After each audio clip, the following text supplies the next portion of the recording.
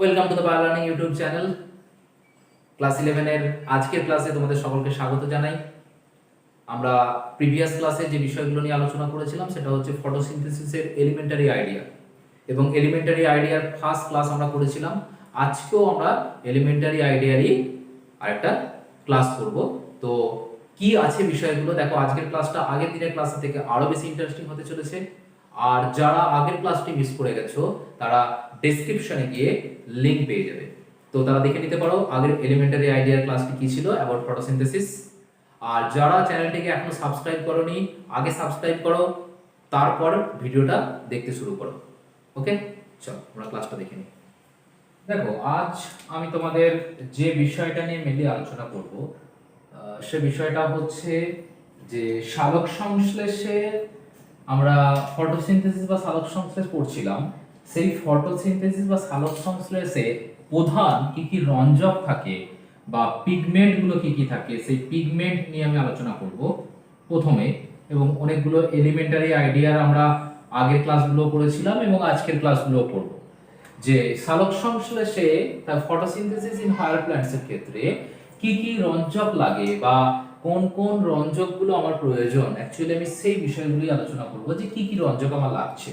তাহলে প্রথমেই যদি আমরা দেখি যে সালোক সংশ্লেষের জন্য প্রধানত যেটা হচ্ছে মেন পিগমেন্ট, সেটা হচ্ছে মেন পিগমেন্ট এক নম্বর আমি করি ক্লোরোফিল।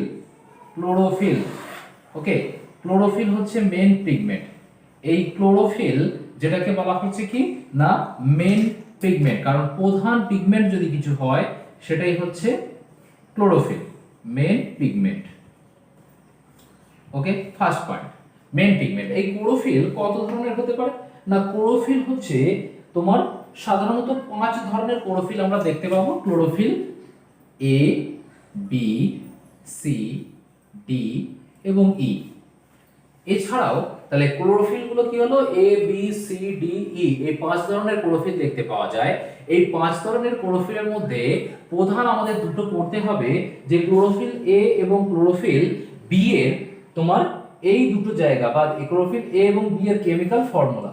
তাহলে কি কি আছে, ক্লোরোফিল এ, ক্লোরোফিল এর যদি কেমিক্যাল ফর্মুলা পড়ো, ক্লোরোফিল এ C55 H72, তাই তো, O5 N4 Mg। তাহলে কি বললাম, C55 H72 O5 N4 Mg। তাহলে কে কে দিয়ে তৈরি, কার্বন, হাইড্রোজেন, অক্সিজেন, নাইট্রোজেন এবং ম্যাগনেসিয়াম। এটা হচ্ছে ক্লোরোফিল এর সংকেত। এবার যদি আমরা চলে আসি ক্লোরোফিল বি এর সংকেত, তাহলে ক্লোরোফিল CH, এটাকে L করো, ক্লোরোফিল ডাবল L বা L করো শুধু। এবার যদি আমরা ক্লোরোফিল এ, এটা একটু লেখার ভুল হলো, সরি, ক্লোরোফিল এ। এবার আমরা চলে আসছি কোথায়, ক্লোরোফিল বি।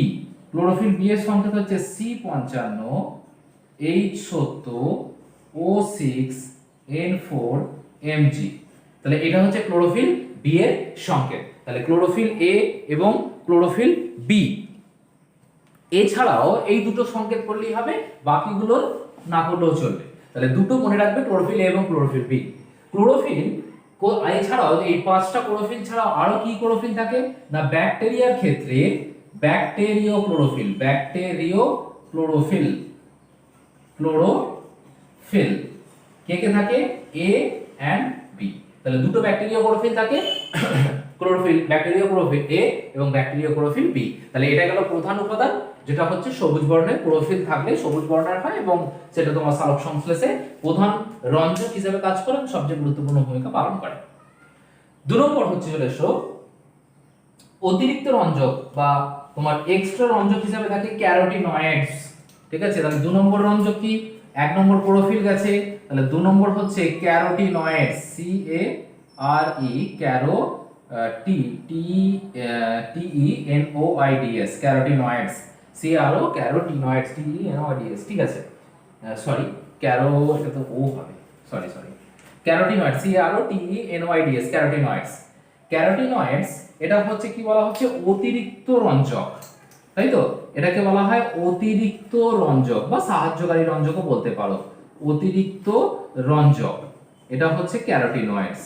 এবার এই ক্যারোটিনয়েডস আবার দুই ধরনের হয়, ক্যারোটিনয়েডস দুই ধরনের হয়, এবং এই যে ক্যারোটিনয়েডস যেগুলো কি হয় না ফুলের পাপড়ির বর্ণর ক্ষেত্রে গুরুত্বপূর্ণ ভূমিকা পালন করে, লাল, হলুদ, কমলা, বাদামি। তাহলে ক্যারোটিনয়েডস এর কি কালার হতে পারে? লাল হতে পারে, হলুদ হতে পারে, কমলা হতে পারে, তাই তো বিভিন্ন কালারের হয়, বাদামি, এই সমস্ত কালারগুলো কিন্তু হয়। তবে ক্যারোটিনয়েডস প্রধানত দুই প্রকার, তাহলে দুই ধরনের ক্যারোটিনয়েডস আমরা দেখতে পাচ্ছি, একটা হচ্ছে ক্যারোটিন এবং একটা জ্যান্থোফিল। তাহলে ক্যারোটিনয়েডস এর ভাগ যদি করি, তাহলে একটাকে বলা হচ্ছে carotene, C A R O T E N E, carotene, আর একটা হচ্ছে xanthophyll, X A N T H O P H Y double N, xanthophyll. তাহলে ক্যারোটিন এবং জ্যান্থোফিল এই দুই ধরনের রঞ্জক কিন্তু আমরা দেখতে পাচ্ছি কার আন্ডারে? Under the carotenoids. তাহলে এই ক্যারোটিনয়েডস এর ক্যারোটিন কি হয় না, এটাকে বলা হয়, এটার বর্ণটাকে বলি লালচে কমলা বর্ণ। তাহলে ক্যারোটিনয়েডস এর বর্ণ কি বা ক্যারোটিনের বর্ণ কি? লালচে কমলা, লালচে কমলা বা রেডিশ অরেঞ্জ, লালচে কমলা বর্ণের হয়। আর জ্যান্থোফিল হচ্ছে তোমার যেটা হয় সেটা হচ্ছে হলুদ বর্ণের হয়, হলুদ, হলুদ রঙের হলে জ্যান্থোফিল। ক্যারোটিনকে কি বলা হয় না, ক্যারোটিনকে বলা হয় তোমার অসম্পৃক্ত হাইড্রোকার্বন। ওকে, ক্যারোটিনকে কি বলা হচ্ছে? অসম্পৃক্ত বা আনস্যাচুরেটেড হাইড্রোকার্বন, অসম্পৃক্ত হাইড্রোকার্বন, হাইড্রোকার্বন। আর জ্যান্থোফিলকে কি বলা হয়? অক্সিজেন যুক্ত ক্যারোটিন, অক্সিজেন যুক্ত ক্যারোটিন। তাহলে কি হলো না, ক্যারোটিনয়েডস এর আন্ডারে বিভিন্ন কালারের রঞ্জক দেখতে পাওয়া যায়, লাল, হলুদ, কমলা, বাদামি, বিভিন্ন কালার লক্ষ্য করা যায়। তার দুটো ভাগ বললাম, একটা হচ্ছে ক্যারোটিন যেটা লালচে কমলা বর্ণের, যাকে বলা হচ্ছে কি আনস্যাচুরেটেড হাইড্রোকার্বন বা অসম্পৃক্ত হাইড্রোকার্বন। আর একটা যেটা ভাগ সেটা হচ্ছে জ্যান্থোফিল, যেটা হলুদ বর্ণের হয়, সেটা হচ্ছে অক্সিজেন যুক্ত ক্যারোটিন। তাহলে এটা গেল একটা অতিরিক্ত রঞ্জক। তাহলে দুটো রঞ্জক গেল। এছাড়াও আরো একটি রঞ্জক থাকে যেটা অতিরিক্ত রঞ্জক হিসেবে কাজ করে, সেটা হচ্ছে তোমার ফাইকোবিলিন। ওকে, তাহলে কি বললাম? ফাইকোবিলিন। 3 নম্বর হচ্ছে তোমার চলে এসে তাহলে phycobilin, phycobilin, phycobilin, B I L I N, phycobilin, যেটা মেইনলি দেখতে পাওয়া যায়। তাহলে এটাকেও বলা হচ্ছে কি অতিরিক্ত রঞ্জক। তাহলে এটাও হচ্ছে অতিরিক্ত রঞ্জক, বা অতিরিক্ত না বলে সাহায্যকারী বলো, সাহায্যকারী রঞ্জক, সাহায্যকারী, সাহায্যকারী রঞ্জক, যেটা কি করে না ক্লোরোফিলকে আলোক শোষণে সাহায্য করে, সাহায্যকারী রঞ্জক। হলো। এবার ফাইকোবিলিনস প্রধানত কোথায় দেখতে পাওয়া যায় না, ফাইকোবিলিনস মেইনলি দেখতে পাওয়া যায় হচ্ছে তোমার ব্লু গ্রিন অ্যালগি এবং রেড অ্যালগি। তাহলে কার কার দেখতে পাওয়া যাচ্ছে?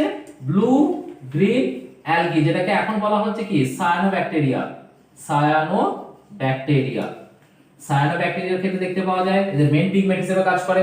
আর কার ক্ষেত্রে কাজ করে না, আর হচ্ছে রেড অ্যালগি, রেড অ্যালগি, যেটা হচ্ছে যাদের ফ্যামিলি হচ্ছে রোডোফাইসি, রোডোফাইসি, ফাইসি।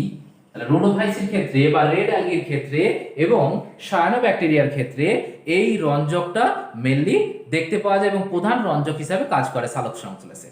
তাহলে এটা গেল হচ্ছে ফাইকোবিলিনস। এবার ফাইকোবিলিনস শব্দের অর্থটায় আসি।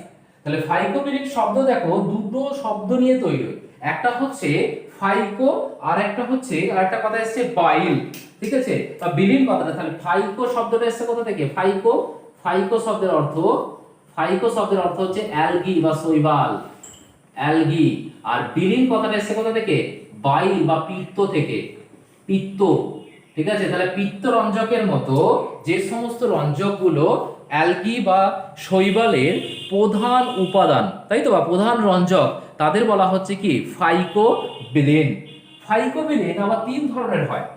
ওকে, কি কি না ফাইকোসায়ানিন, ফাইকোএরিথ্রিন আর অ্যালোফাইকোসায়ানিন। তাহলে এর ভাগগুলো করি না, এর 3টে ভাগ কি কি বললাম? 1 নম্বর বললাম ফাইকো,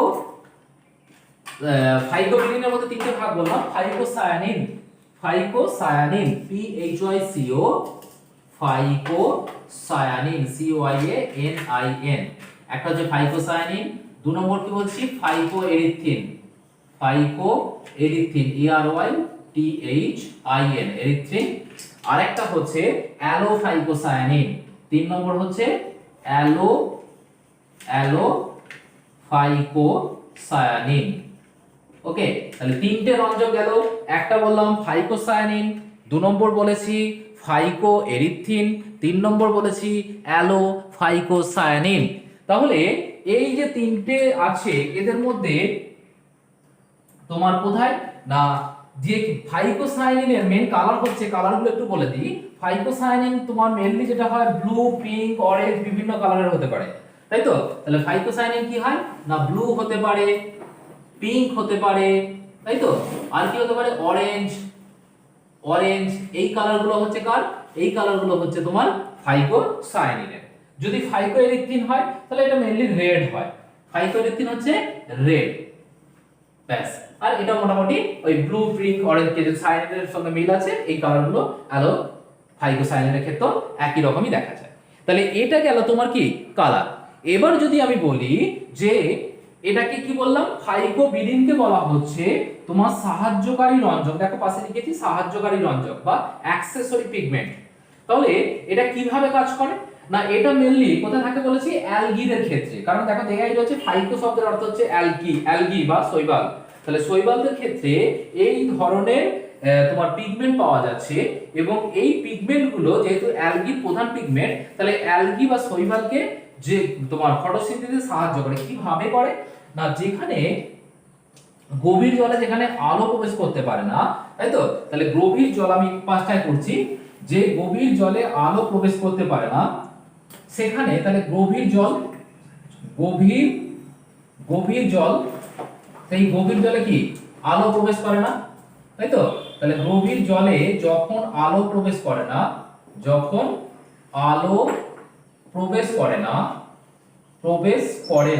তখন কি, তখন হচ্ছে তোমার, তখন আলো যদি প্রবেশ না করে তখন কি ক্লোরোফিল আলো শোষণ করতে পারবে না। ক্লোরোফিল কোনো আলো শোষণ করতে পারবে না, হলো শোষণ করতে পারে না। তাহলে যদি আলো শোষণ করতে না পারে তখন কে সাহায্য করবে?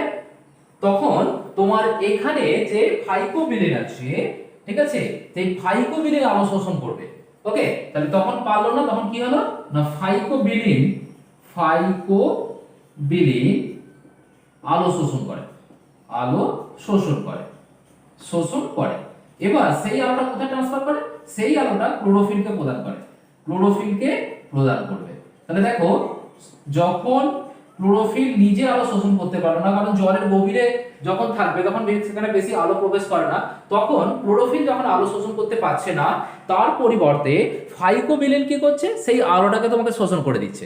তাহলে শোষণ করে দেওয়ার পর সেই আলোটা আবার কাকে প্রদান করছে না ক্লোরোফিলকে প্রদান করছে। এইভাবে প্রত্যক্ষভাবে না থেকে তোমার পরোক্ষভাবে ক্লোরোফিলকে আলোক শোষণে সাহায্য করে, তাই এটাকে বলা হচ্ছে ফাইকোবিলিনকে সাহায্যকারী রঞ্জক বা অ্যাক্সেসরি পিগমেন্ট।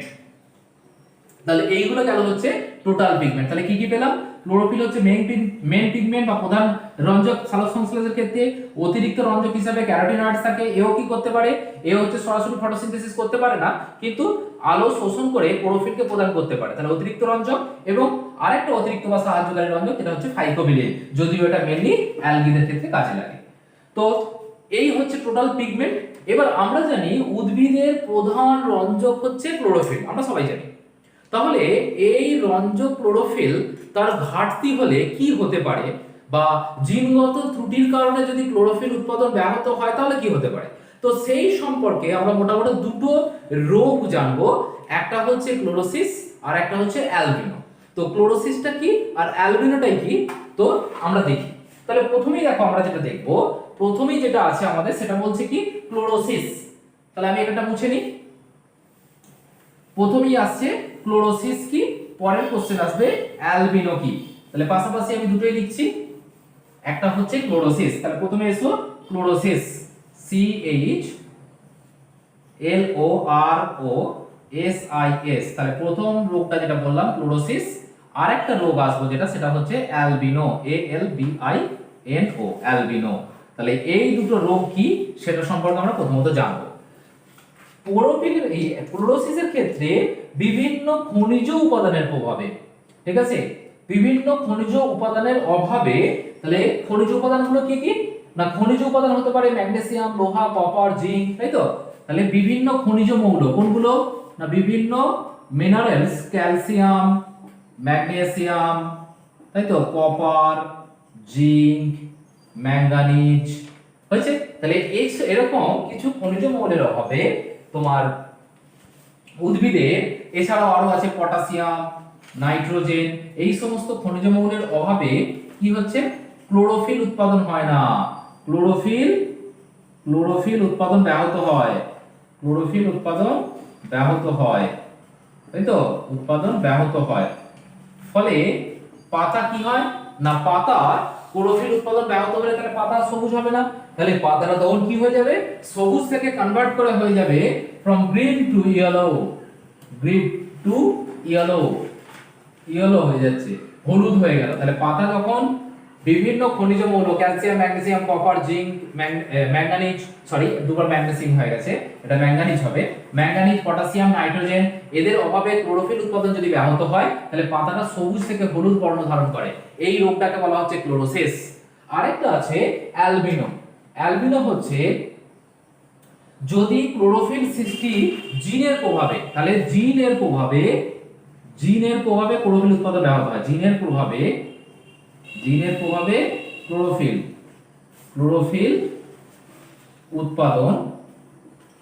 উৎপাদন ব্যাহত হয়, তাই তো? তাহলে জিনের প্রভাবে যদি ক্লোরোফিল উৎপাদন ব্যাহত হয় তখন পাতা কি হয়? না সবুজ থেকে বর্ণহীন হয়ে যায়। তাহলে green to colourless, that is বর্ণহীন। তাহলে সবুজ থেকে যদি বর্ণহীন হয়ে যায় তখন সেই রোগটাকে বলবো কি? অ্যালবিনো হয়েছে। তাহলে দুটো রোগ গেল। একটা কি বললাম? ক্লোরোসিস। তাহলে বিভিন্ন খনিজ মৌলের অভাবে যদি ক্লোরোফিল উৎপাদন ব্যাহত হয় তখন তাকে বলা হচ্ছে কি? না তোমার ক্লোরোসিস। আর যদি জিনের প্রভাবে ক্লোরোফিল উৎপাদন ব্যাহত হয় তখন পাতাটা কি হয়? না সবুজ থেকে বর্ণহীন হয়ে যায়, তখন তাকে বলা হচ্ছে অ্যালবিনো। হলো? তাহলে এই একটা বিষয় গেল, দুটো শর্ট কোশ্চেন, ক্লোরোসিস এবং অ্যালবিনো। এবার আমরা পিগমেন্ট ছেড়ে বেরিয়ে হয়ে আসি। এবার পিগমেন্ট ছেড়ে আমরা পরের টপিকে আসি, সেটা হচ্ছে যে সালোক সংশ্লেষকে কি বলা হচ্ছে? স্বভোজী পুষ্টি, তাই তো? কারণ আমরা কি জানি সালোক সংশ্লেষকে স্বভোজী পুষ্টি কেন বলা হচ্ছে, বা অটোট্রপিক নিউট্রিশন একটা টপিক আছে দেখবে, ফটোসিনথেসিস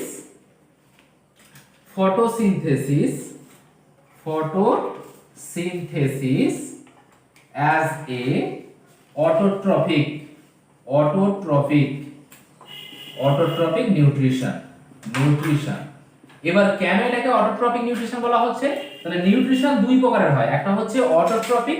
তাহলে অটোট্রপিক মানে যারা নিজেদের খাদ্য নিজেরা তৈরি করতে পারে, আর হেটেরোট্রপিক হচ্ছে যারা নিজেদের খাদ্য নিজেরা তৈরি করতে পারে না। তাহলে প্ল্যান্ট যেহেতু ফটোসিনথেসিস করতে পারে তাই এরা কি হবে? নিজেদের খাদ্য নিজেরাই তৈরি করতে পারে, that is they can make their own food, তাই তো? তাহলে plants by the process of photosynthesis they can make their own food, so they are independent for their food. তাই জন্য এটাকে বলা হচ্ছে কি? না ফটোসিনথেসিস বা সালোক সংশ্লেষকারী জীবরা হচ্ছে অটোট্রপিক। এটা একটা বিষয় গেল। এবার বলা হচ্ছে অঙ্গার আত্তীকরণ বা কার্বন অ্যাসিমিলেশন। সালোক সংশ্লেষকে কি বলা হচ্ছে? ফটোসিনথেসিস। কি বলা হচ্ছে? ফটোসিনথেসিস, যেটাকে বলা হচ্ছে কি? কার্বন অ্যাসিমিলেশন বা অঙ্গার আত্তীকরণ। তাহলে অঙ্গার আত্তীকরণ আমরা সংজ্ঞাটা তো জানি, যে প্রক্রিয়ায় বাতাসের কার্বন ডাই অক্সাইড কোনো কোষস্থ যৌগ অংশীভূত হয়। তাহলে বায়ুমণ্ডলের কার্বন ডাই অক্সাইড, তাহলে atmospheric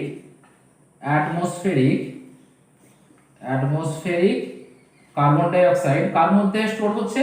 store into the organic compound.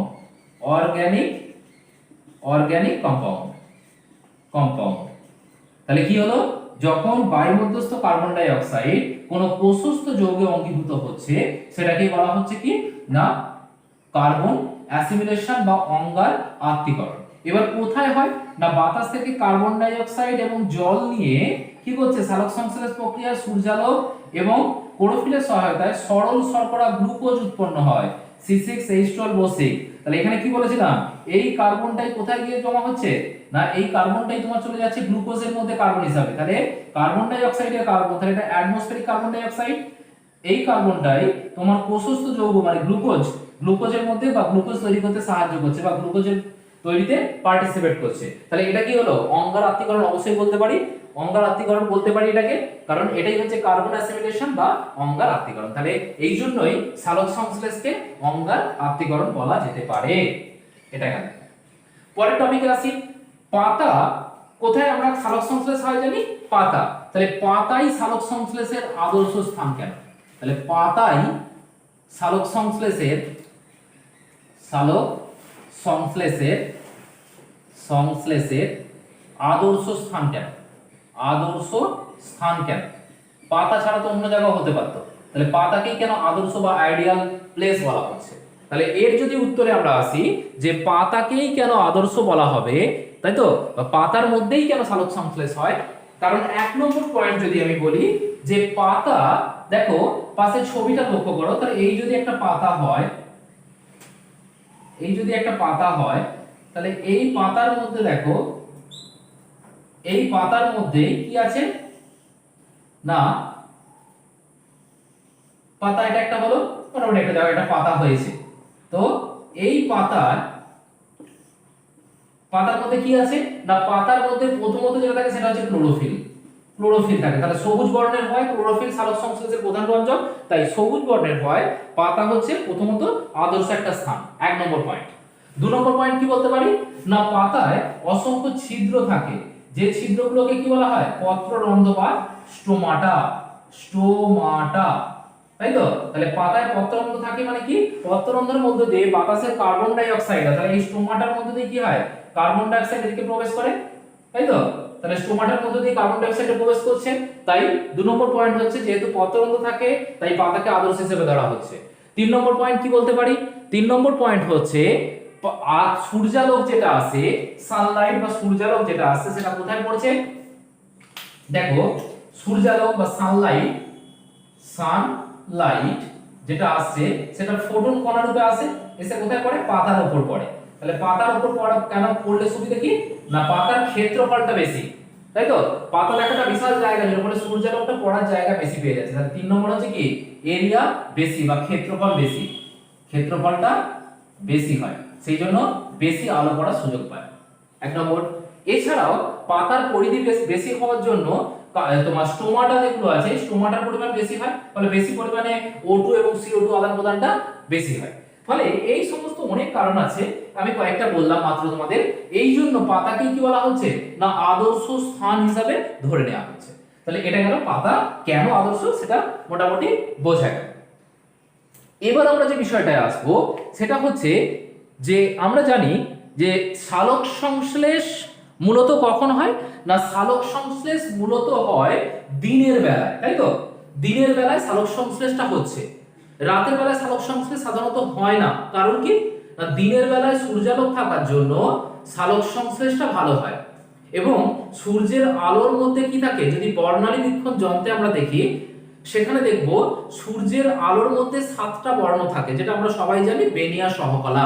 তাহলে প্রিজম দিয়ে যদি আমরা ভাঙি দেখতে পাবো, তাহলে প্রত্যেকটা আলোর তার একটা কি আছে, একটা করে নির্দিষ্ট তরঙ্গ দৈর্ঘ্য আছে, তাই তো, এই তরঙ্গ দৈর্ঘ্যর উপর ভিত্তি করে আমাদের কি করা হয়, সূর্যের যে পাতার যে রঞ্জকগুলো থাকে সেই রঞ্জকগুলো আলোগুলো শোষণ করে। তাহলে সৌরশক্তি এসে কি করছে না, সৌরশক্তি আসছে ফোটন কণা রূপে, তাই তো, সৌরশক্তি হচ্ছে একটা তড়িৎ রাসায়নিক শক্তি, এটা ফোটন কণা রূপে আসছে, ফোটন কণা রূপে এসে পাতার মধ্যে পড়ছে। তাহলে পাতার মধ্যে পড়ে পাতা কি করছে, সেই আলোটাকে শোষণ করছে, দিয়ে ক্লোরোফিলকে উত্তেজিত করছে, উত্তেজিত করার পর কি হচ্ছে না, সালোক সংশ্লেষ শুরু হচ্ছে। তাহলে প্রসেসটা আমরা পরে যাব, আমরা পরে আমাদের ডিটেলসে আছে, আমরা যেহেতু এখন এলিমেন্টারি ক্লাসে আছি বা এলিমেন্টারি আইডিয়াগুলো আমরা বলছি, তাই আমি এখন যাচ্ছি না, জাস্ট আমি এটুকু তোমাদের বলে রাখি, যেটা হচ্ছে ফটোসিনথেসিসের জন্য কি করতে হবে, ক্লোরোফিলকে উত্তেজিত হতে হবে। তাহলে ক্লোরোফিলকে উত্তেজিত হওয়ার জন্য কে দরকার, সৌরশক্তি ক্লোরোফিলকে উত্তেজিত করে। তাহলে সৌরশক্তি থেকে যে তড়িৎচুম্বকীয় তরঙ্গটা আসছে বা দৃশ্যমান আলোক রশ্মিটা আসছে, সেটা কি রূপে আসছে, ফোটন কণা রূপে। তাহলে ফোটন কণা রূপে আসার পর সেটা কি হলো না, সেটা হচ্ছে তোমার পাতার উপর পড়ছে, এবং পাতার মধ্যে যে ক্লোরোফিল আছে সেই ক্লোরোফিলকে উত্তেজিত করছে। তাহলে ক্লোরোফিল উত্তেজিত করলেই তারপরে আস্তে আস্তে ফটোসিনথেসিস শুরু হবে। তো দেখো তাহলে এখানে আমরা যেটা চলে আসবো সেটা হচ্ছে যে সালোক সংশ্লেষে শোষিত সৌরশক্তি বা পাতার উপর যে সানলাইট এসে পড়লো তার কতটাই বা শোষিত হলো পাতা দ্বারা, কতটাই বা প্রতিফলিত হয়ে গেল বা কতটাই প্রতিসরণ ঘটলো এবং ক্লোরোফিল দ্বারাই কতটা শোষিত হলো, তাহলে সেই বিষয়টা দেখো। তাহলে দেখো এখান থেকে আমরা যদি এবার চলে আসি যে ক্লোরোফিল আলো শোষণ করলো ঠিকই, কিন্তু সবটাই কি সালোক সংশ্লেষে কাজে লাগাতে পারে নাকি কিছু পদার্থ বা কিছু পরিমাণ বা কিছু পার্সেন্টেজ নষ্ট হয়ে যায়, তাহলে সেটাই আমরা দেখবো। দেখো তাহলে আমরা হেডিং করি এখানে যেটা, সেটা হচ্ছে যে সালোক সংশ্লেষে শোষিত সৌরশক্তি কতটা পরিমাণ শোষিত হয়। তাহলে সালোক সংশ্লেষে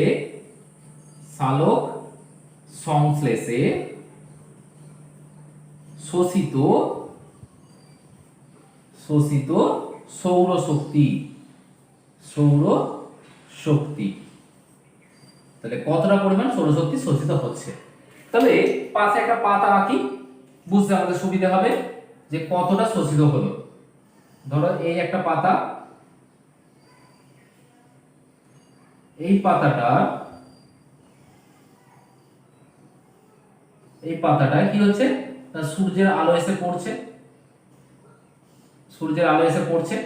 সূর্যের আলো এখানে একটা আমি সূর্য আঁকি। তাহলে এখানে একটা হলো আমার সূর্য, তাই তো, সূর্য সান, তাই তো, সান, এবং এটা হচ্ছে কি সানলাইট।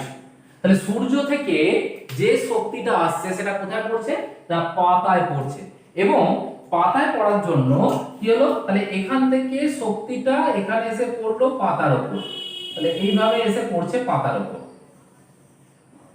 এবং কি রূপে আসছে, ফোটন, PHOTON, ফোটন পার্টিকেল বা ফোটন কণা রূপে এসে পাতার উপর পড়ছে। পাতার উপর পড়ার পর কি হবে না, এবং আচ্ছা এটা আরেকটা জিনিস বলে দিই, ফোটন কণার মধ্যে যে শক্তি জমা আছে সেটাকে বলা হয় কি কোয়ান্টাম, ঠিক আছে। ফোটন মধ্যস্থ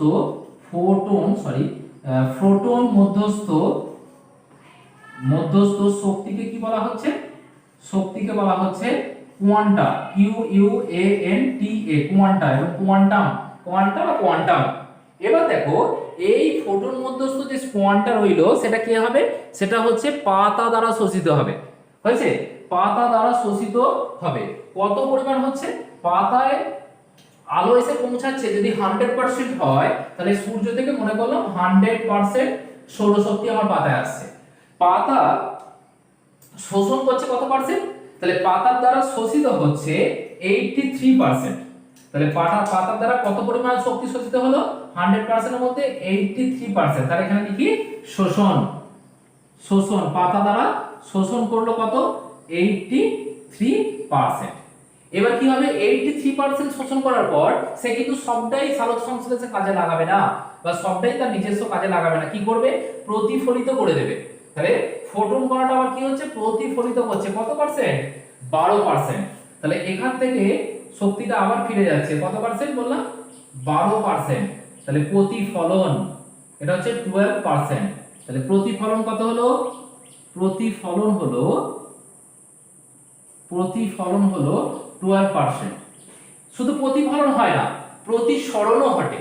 তাহলে প্রতিসরণ কতটা হয় না, নিচের দিকে কিছু পরিমাণ শক্তি বা প্রতিসারিত হয়ে নিচের দিকে কিছু পরিমাণ শক্তি চলে যায়, তাই তো, যেটাকে প্রতিসরণ বলা হচ্ছে। সেই প্রতিসরণ হচ্ছে কত পার্সেন্ট, না 5%। তাহলে প্রতিসরণ হলো 5%। তাহলে এখানে দেখো প্রতিসরণ হলো 5%। তাহলে টোটাল হিসাব কত হলো, 5 আর 2 7, 100% হয়ে গেছে। এবার 100% এর মধ্যে 100% আলো এখান থেকে এসেছিল, তার 83% পাতা শোষণ করলো, 12% প্রতিফলিত করলো, এবং প্রতিসরণ ঘটালো 5%, তার টোটাল হচ্ছে 100%। এবার এই যে 83% আলো শোষণ করেছে পাতা, তার কিন্তু সবটাই ফটোসিনথেসিস বা সালোক সংশ্লেষে কাজে লাগে না, বা ক্লোরোফিল শোষণ করে না। তাহলে পাতার মধ্যে পাতা শোষণ করলো 83%, কিন্তু ক্লোরোফিল শোষণ করে কত পার্সেন্ট, তাহলে ক্লোরোফিল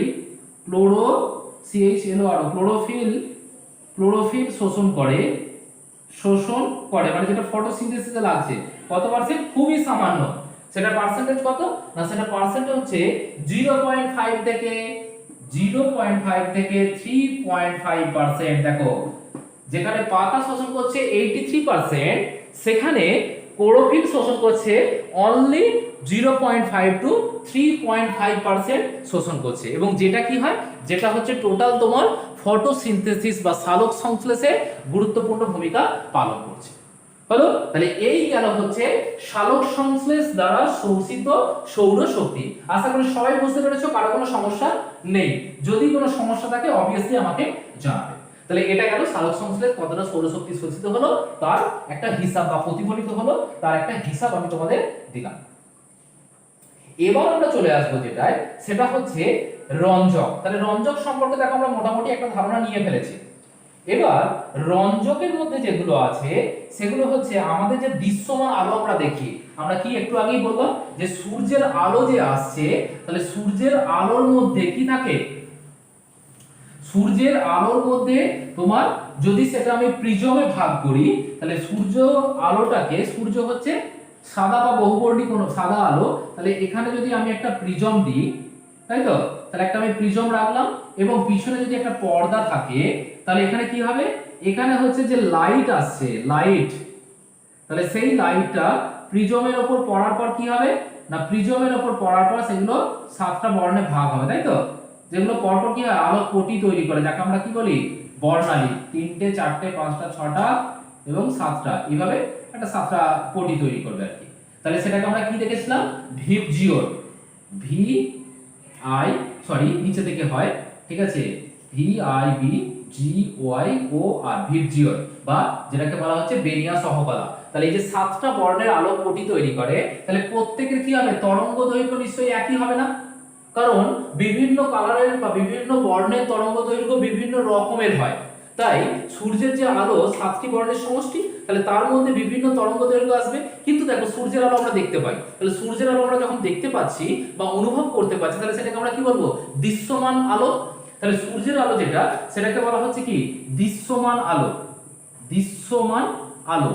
এই দৃশ্যমান আলোর তরঙ্গ দৈর্ঘ্য কত থেকে কতর মধ্যে, তাহলে রেঞ্জটা যদি বলি যে দৃশ্যমান আলো আমরা যেগুলো দেখি তার রেঞ্জ হচ্ছে 390 ন্যানোমিটার থেকে শুরু করে 760 ন্যানোমিটার পর্যন্ত। তাহলে দৃশ্যমান আলোর তরঙ্গ দৈর্ঘ্য কত, 390 ন্যানোমিটার থেকে শুরু করে 760 ন্যানোমিটার পর্যন্ত তরঙ্গ দৈর্ঘ্য বিশিষ্ট আলোকে আমরা দেখতে পাই, যেটাকে বলা হচ্ছে কি দৃশ্যমান আলো। এবার দৃশ্যমান আলো যেটা থাকে, সেই দৃশ্যমান আলো তাহলে কি 390 থেকে 760, তাহলে 390 থেকে 760 ন্যানোমিটার পর্যন্ত সব আলোই এখানে এসে পড়ছে। কিন্তু ক্লোরোফিল বা যে রঞ্জক যেটা রইল ক্লোরোফিল, সেই সকল আলোটাকে বা এর মধ্যে যে 7টা আলো আছে 7টা বর্ণের আলোই শোষণ করতে পারে না। কারণ কি, রঞ্জকের সব বর্ণের আলো বা সব তরঙ্গ দৈর্ঘ্যের আলো শোষণ করার কিন্তু ক্ষমতা থাকে না। কিছু আলোকে খুব ভালো শোষণ করতে পারে, ঠিক আছে, এবং কিছু আলোকে কম শোষণ করতে পারে। তাহলে কি বললাম যে রঞ্জকের মধ্যে, রঞ্জক কিন্তু সব বর্ণ সমানভাবে শোষণ করতে পারছে না। কিছু বর্ণ আছে যাদেরকে কি বেশি পরিমাণে শোষণ করতে পারে এবং কিছু আছে যাদেরকে কম পরিমাণে শোষণ করে। তাহলে এখান থেকেই তোমার কি আসবে না, এখান থেকে একটা গ্রাফ আমরা আঁকতে পারি, ঠিক আছে, যেটা কি হচ্ছে ক্লোরোফিল কিভাবে আলো শোষণ করছে সেই গ্রাফটাকে আমরা আঁকতে পারি। তো চলো আমরা গ্রাফটাকে দেখে নিই, গ্রাফটা আমাদের কি আছে। তাহলে দেখো এবার এখানে আমরা একটা গ্রাফ দেখতে পাচ্ছি, যে গ্রাফে এক্স অক্ষ বরাবর কি দেখানো হয়েছে, আলোক তরঙ্গ দৈর্ঘ্য, আর ওয়াই অক্ষ বরাবর ধরে নেওয়া হয়েছে ক্লোরোফিল দ্বারা আলোক শোষণ। তাহলে এই দুটো জায়গায় যদি আমরা দেখি, সেখানে কি করেছি না, এক্স অক্ষ বরাবর দেখো তো আলো তরঙ্গ দৈর্ঘ্য অনুসারে আমরা কি করেছি, একটা রেঞ্জ বা পাল্লা মেপে নিয়েছি, মোটামুটি 380 থেকে প্রায় 750, মানে দৃশ্যমান আলো যে তরঙ্গ দৈর্ঘ্য ছিল তোমার 390 থেকে 760 পর্যন্ত, সেই একটা পাল্লা আমরা ধরেছি। এবার সেই পাল্লার দেখো নীল কালার দিয়ে যেটা দেখানো হয়েছে, সেটা হচ্ছে ক্লোরোফিল এ দ্বারা কি পরিমাণ আলো শোষিত হয়, বা কোন তরঙ্গ দৈর্ঘ্যের আলো ক্লোরোফিল এ বেশি শোষণ করে, কোন তরঙ্গ দৈর্ঘ্যের আলো ক্লোরোফিল বি কম শোষণ করে, সেগুলো দেখানো হয়েছে। এবার তাহলে প্রথমে আমরা যদি দেখি ক্লোরোফিল এ ব্লু কালারের যে লাইনটা আছে দেখো, তাহলে ক্লোরোফিল এ 380 থেকে যখন তরঙ্গ দৈর্ঘ্য বাড়ছে, তখন কি হচ্ছে আলো শোষণের হার বাড়ছে, মোটামুটি দেখো 450 বা তারপর হলে আলোক শোষণের হারটা বেড়ে যাচ্ছে। এবং তারপরে যখন মোটামুটি 500 কাছাকাছি আসছে তখন হঠাৎ করে আলোক শোষণের হারটা দেখো কমে গেল। এবার কমতে কমতে 500 পর থেকে বা 500 থেকে আস্তে দেখো কমতে কমতে কমতে কমতে একদম আপ টু প্রায় 680 ন্যানোমিটার তরঙ্গদৈর্ঘ্য পর্যন্ত আলোক শোষণের হারটা প্রায় একই ছিল, মানে সমানভাবে যাচ্ছিল প্যারালাল টু এক্স অ্যাক্সিস। এবার হঠাৎ করে গিয়ে শোষণের হারটা আবার বেড়ে গেল এবং মোটামুটি দেখো প্রায় 700 ন্যানোমিটার 720 ন্যানোমিটার কাছাকাছি শোষণের হারটা বেড়ে গেছে। বেড়ে গিয়ে তারপরে 720 ন্যানোমিটার পর থেকে বা 720 ন্যানোমিটার বলবো না, 650 বা 680 থেকে 700, তাই তো এই পাওয়ার মধ্যে হঠাৎ করে কি হলো তরঙ্গদৈর্ঘ্যের এই তরঙ্গদৈর্ঘ্যের আলোর মধ্যে মানে 680 থেকে 700 তরঙ্গদৈর্ঘ্যের আলোক শোষণের হার বেড়ে গেছে ক্লোরোফিলের দ্বারা এবং 700 পরে হঠাৎ করে আবার কি হয়েছে শোষণের হারটা কমে গেছে দিয়ে আবার সমানভাবে চলতে শুরু করছে। তাহলে আমরা মোটামুটি দেখতে পাচ্ছি যে 450 ন্যানোমিটার তরঙ্গদৈর্ঘ্য এবং মোটামুটি 680 ন্যানোমিটার তরঙ্গদৈর্ঘ্যের কাছে ক্লোরোফিল এ দ্বারা আলোক শোষণের হারটা খুব বেশি হয়েছে। এবার তাহলে দেখো বাকি আলোগুলো কিন্তু শোষণ করতে পারেনি, তাহলে নিশ্চয়ই ওখানে দুটো আলো রয়েছে না, মোটামুটি দুটো আলো কি কি আছে সেটা আমি পরে বলছি। এবার এখানে দেখো যে এই দুটো আলোয় যেহেতু তোমার ক্লোরোফিল বেশি আলো শোষণ করেছে তাহলে সালোক সংশ্লেষের হারটা অটোমেটিক্যালি এই দুটো জায়গায় বেশি হবে, কারণ যেখানে ক্লোরোফিল দ্বারা সূর্যালোক বা রঞ্জক দ্বারা আলোক শোষণের হার বেশি সেখানে এই সালোক সংশ্লেষের হারও বেশি হবে, তাই তো আমরা সবাই জানি। তাহলে এই দুটো আলোয় যখন এই রঞ্জক দ্বারা বা এই দুটো 450 এবং 680 থেকে 700 এই দুটো জায়গায় যখন ক্লোরোফিল বেশি আলো শোষণ করেছে ন্যাচারালি এখানেও কি হবে দেখো সালোক সংশ্লেষের হার এই দুটো জায়গাতেই বেশি, তাই তো কারণ দেখো যত ক্লোরোফিল বেশি আলো শোষণ করবে সালোক সংশ্লেষ তত বাড়বে, যত কম শোষণ করবে সালোক সংশ্লেষ আবার ধীরে ধীরে ধীরে ধীরে কমবে, আবার যত বেশি শোষণ করবে আবার বাড়বে, আবার কম শোষণ করলে আবার কমবে। তাহলে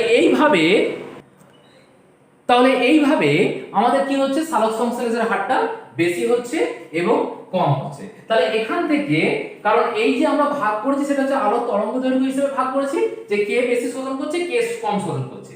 তাহলে এবার যদি বলি যে আমরা তো বলেছিলাম যে 390 থেকে 390 ন্যানোমিটার থেকে 760 ন্যানোমিটার পর্যন্ত সব আলোগুলোই আছে, বেগুনি, নীল, কমলা, সবুজ, হলুদ।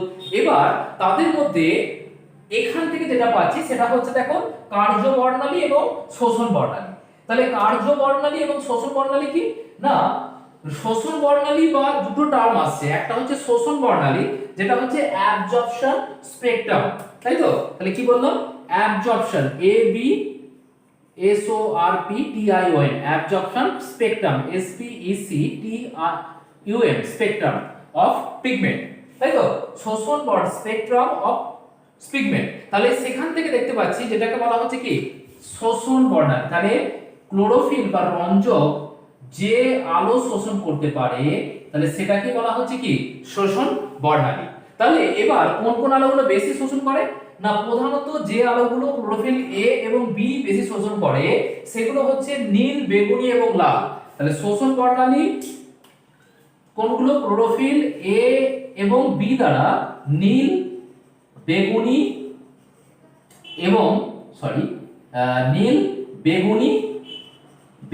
এবং লাল এই তিনটে হচ্ছে বেশি শোষণ করতে পারে। তাহলে ক্লোরোফিল দ্বারা যে আলোগুলো শোষিত হয় এবং সেই যে বর্ণালী বীক্ষণ যন্ত্র আমরা যদি দেখি এরকম একটা গ্রাফ আমরা দেখতে পাবো, তাহলে ক্লোরোফিল দ্বারা আলোক শোষণের হার কি বলা হচ্ছে কি শোষণ বর্ণালী। আর কার্য বর্ণালী কি না, শোষণ বর্ণালীর যে স্থানে সালোক সংশ্লেষের হার বেশি হয় তাহলে সেখানটা কি বলা হচ্ছে কি কার্য বর্ণালী। তাহলে কোথায় কোথায় হয়েছে দেখে নাও, তাহলে দুটো জায়গা আছে 1 এবং 2, তাহলে এই দুটোকে হচ্ছে কার্য বর্ণালী বলা হচ্ছে। তরঙ্গদৈর্ঘ্য কত থেকে না এইখানে আছে যেটা 430 থেকে 470, তাহলে রেঞ্জটা কোথায় তাহলে দেখো মোটামুটি 430 থেকে আপ টু 470 পর্যন্ত এই জায়গায় আছে হচ্ছে তোমার এই আলো, যে আলোটা সেটা হচ্ছে নীল। তাহলে এখানে হচ্ছে নীল, হলো, এবং শোষণটাও দেখো বেশি হচ্ছিল, শোষণ বর্ণালীতে নীল বলা হয়েছিল। তাহলে নীলের তরঙ্গদৈর্ঘ্য কত? 430 থেকে 470। গ্রাফটাকে দেখো ভালো করে লক্ষ্য করো, 430 থেকে 470 নীল আলো থাকে। তাহলে নীল আলো সালোক সংশ্লেষের হার বেশি হয়। তাহলে এটাকে বলা হচ্ছে কি, নীল আলো হলো সালোক সংশ্লেষের প্রথম কার্যবর্ণালী। আরেকটা কোথায় বেশি হচ্ছে দেখো, পাশে আরেকটা জায়গা আছে যেটা হচ্ছে 660 থেকে 760 মোটামুটি। তাহলে এখান থেকে এটা কত? 650, তাহলে 660 থেকে এটা কত? 700, 750 এখানে চলে যাচ্ছে। তাহলে এতদূর আমি যাব না, 760, ঠিক আছে? মোটামুটি 700, 720 পর্যন্ত তুমি বলতে পারো, ঠিক আছে? তাহলে 660 থেকে 720 এখানে আছে যেটা, সেটা হচ্ছে কি লাল বর্ণের আলো। তাহলে লাল বর্ণকে বলা হচ্ছে দ্বিতীয় কার্যবর্ণালী। কারণ শোষণ বর্ণালীর মধ্যে দেখো নীল, বেগুনি এবং লাল ছিল, সেইগুলো হচ্ছে তোমার কি সালোক সংশ্লেষের শোষণ বর্ণালী। আর একটা কি বললাম, যে জায়গাগুলোয় সালোক সংশ্লেষের হার বেশি, এটা এবং এটায়, তাকে বলা হচ্ছে কি সালোক সংশ্লেষের কার্যবর্ণালী, বা যেটাকে বলা হচ্ছে অ্যাকশন স্পেকট্রাম। অ্যাকশন স্পেকট্রাম বা কার্যবর্ণালী। তাহলে দুটো বিষয় দেখো, আশা করি বুঝতে পেরেছো। কার্যবর্ণালী, তাহলে এটাকে, সেটা হচ্ছে লাল এবং নীল, এই দুটোকে বলা হচ্ছে কার্যবর্ণালী। আরেকবার বুঝিয়ে দিই বিষয়টাকে। ক্লোরোফিল দৃশ্যমান আলো তরঙ্গদৈর্ঘ্যের পাল্লাটা হচ্ছে 390 থেকে 760 ন্যানোমিটার। এর মধ্যে 7টি বর্ণ আছে। ক্লোরোফিল সব বর্ণগুলি সমানভাবে, বা ক্লোরোফিল বা রঞ্জক সব বর্ণ সমানভাবে শোষণ করতে পারে না। যে বর্ণগুলি শোষণ করতে পারে তাদের যদি আমি বর্ণালীবীক্ষণ যন্ত্রে একটা গ্রাফিক্যালি প্লট করি, তাহলে যে বর্ণালী আমরা পাবো, তাহলে সেটা কি হচ্ছে শোষিত হওয়ার পরিমাণ অনুসারে বা শোষিত হওয়ার মাত্রা অনুসারে তাকে বলা হচ্ছে কি অ্যাবজর্পশন স্পেকট্রাম বা শোষণ বর্ণালী। এবং কি বলেছিলাম, ক্লোরোফিল এ এবং বি মোটামুটি নীল, বেগুনি এবং লাল এই তিনটে আলোকে বেশি শোষণ করে, বাকিগুলোকেও শোষণ করে কিন্তু অল্প মাত্রায়। তাহলে এইগুলোকে বলা হচ্ছে নীল, বেগুনি, লাল, এগুলো হচ্ছে তোমার শোষণ বর্ণালী। এবং কার্যবর্ণালী কি, যেখানে আলোক শোষণের হার বেশি হবে সেখানে ন্যাচারালি ফটোসিনথেসিস বা সালোক সংশ্লেষের হার বেশি হবে। তাহলে নীল এবং লাল এই দুটো জায়গায় বেগুনিটা অতটা হয় না, কিন্তু নীল এবং লাল, যার নীলের তরঙ্গদৈর্ঘ্য হচ্ছে 430 থেকে 470 এবং লালের তরঙ্গদৈর্ঘ্য হচ্ছে 660 থেকে আমরা মোটামুটি 720, 730, 40, 60 পর্যন্ত বলতে পারি। তাহলে এই জায়গায় তরঙ্গদৈর্ঘ্যের ক্লোরোফিল দ্বারা আলো শোষণ বেশি হয়েছে, যেটাকে আমি ব্ল্যাক কালার দিয়ে দেখেছি সালোক সংশ্লেষের হার। তাহলে সালোক সংশ্লেষের হার যেখানে কি ক্লোরোফিল দ্বারা আলোক শোষণ বেশি, সেখানে সালোক সংশ্লেষের হারও বেশি। তাই এই জায়গাগুলোকে যেখানে সালোক সংশ্লেষের হার বেশি, সেইগুলোকে বলা হচ্ছে কি তোমার কার্য বর্ণালী। তাহলে এটা একটা হচ্ছে তোমার কার্য বর্ণালী, আর এখানে আরেকটা হচ্ছে কার্য বর্ণালী। তাহলে নীল এবং লাল বর্ণালী। তাহলে নীলের তরঙ্গদৈর্ঘ্য কত বললাম? নীলের তরঙ্গদৈর্ঘ্য হচ্ছে তোমার, যখন বলেছি দেখো 430 থেকে মোটামুটি 470 ন্যানোমিটার পর্যন্ত, এটা একটা প্রথম কার্যবর্ণালী, এত ন্যানোমিটার। আর লালের কথা বলেছি, লালের বলেছি 660 থেকে মোটামুটি 720 বা 750 পর্যন্ত আমরা বলতে পারি তরঙ্গদৈর্ঘ্য, তবে 720 পর্যন্তই বেটার। তাহলে এই দুটো হলো কার্যবর্ণালী। দেখো, যেটাকে বলা হচ্ছে অ্যাকশন স্পেকট্রাম। আশা করি সবাই বুঝতে পেরেছো, কারো কোনো সমস্যা নেই। তো আজকের ক্লাসের আমাদের পড়ানোর বিষয় এই পর্যন্তই থাকবে। তো that's all for the day. Have a nice day and thank you. এবং যারা এখনো পর্যন্ত ক্লাস করছো কিন্তু ভাবছো সাবস্ক্রাইব করব কি করব না, তো এক্ষুনি যাও, গিয়ে আমার ক্লাসটি যদি ভালো লেগে থাকে, যদি ফার্দার ক্লাসের কোনো নোটিফিকেশন পেতে যাও, তাহলে অবভিয়াসলি চ্যানেলটিকে সাবস্ক্রাইব করো এবং পাশে থাকা বেল আইকনটিতে একটা ছোট্ট করে ক্লিক করো। তাহলেই দেখবে সবার আগে, সবার প্রথম তুমি নোটিফিকেশনগুলো পেয়ে যাবে। আর যদি অন্য কোনো ক্লাসের ভিডিও চাও, সেটাও বায়োলার্নিং ইউটিউব চ্যানেলে পেয়ে যাবে। এছাড়াও তোমার সাবজেক্ট রিলেটেড যদি তুমি আগের ভিডিওগুলো বা আগের ক্লাসগুলো মিস করে যাও, কারণ প্ল্যান টিস্যু নিয়ে আমরা ক্লাস করেছি, সেগুলো বায়োলার্নিং এ প্লে লিস্ট বানিয়ে দেওয়া রয়েছে, তুমি প্লে লিস্টে গিয়ে ক্লাস 11 প্ল্যান টিস্যু খুঁজে পেয়ে যাবে। So that's all for the day. Have a nice day. Thank you.